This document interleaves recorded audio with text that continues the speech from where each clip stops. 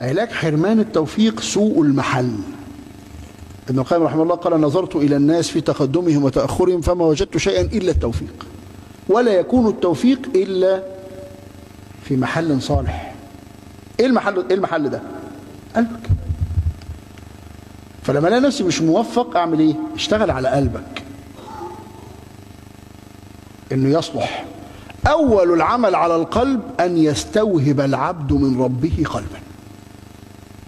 بصوا يا أخوانا، عاوزين نتعود إن كل مشاكلنا ننزلها بالله.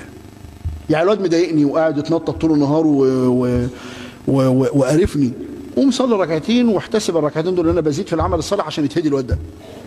واقول له: الرب يتنطط كده وهو معمول، يعني اصلحه. يعني اقول لربنا على الولد؟ لا، ده السلف بيقول لك ايه؟ بعض السلف بيقول: والله اني لاسال الله في علف حماري. انت متصور؟ واخد بالك من الحته دي؟ ده من تمام التوحيد. يعني اقول لربنا: يا رب انا دباتي جوه اللي بتحملني ما فيهاش، يعني اذا بقى العربيه لما تبوظ انا ممكن اشتكي لربنا الكلام ده؟ ايوه فعلا. طب انت هتشتكي لمين؟ نفكر احنا لينا حد الا ربنا؟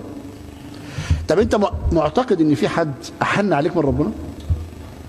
والله العظيم ما في. ده انت بص، مهما حصل، مهما كان حد من قريب منك وحنين عليك وبتاع، بيبدا يضجر منك.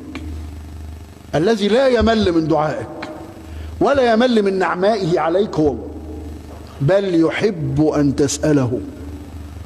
إنك إن تشكو بني آدم فإنما تشكو الرحيم إلى من لا يرحمه. بقول له الظروف والحكاية، طب بتقول لي ابن آدم ليه؟ ده مش هيرحمك. اللي بيرحمك اللي المفروض تقول له تشكو له ده.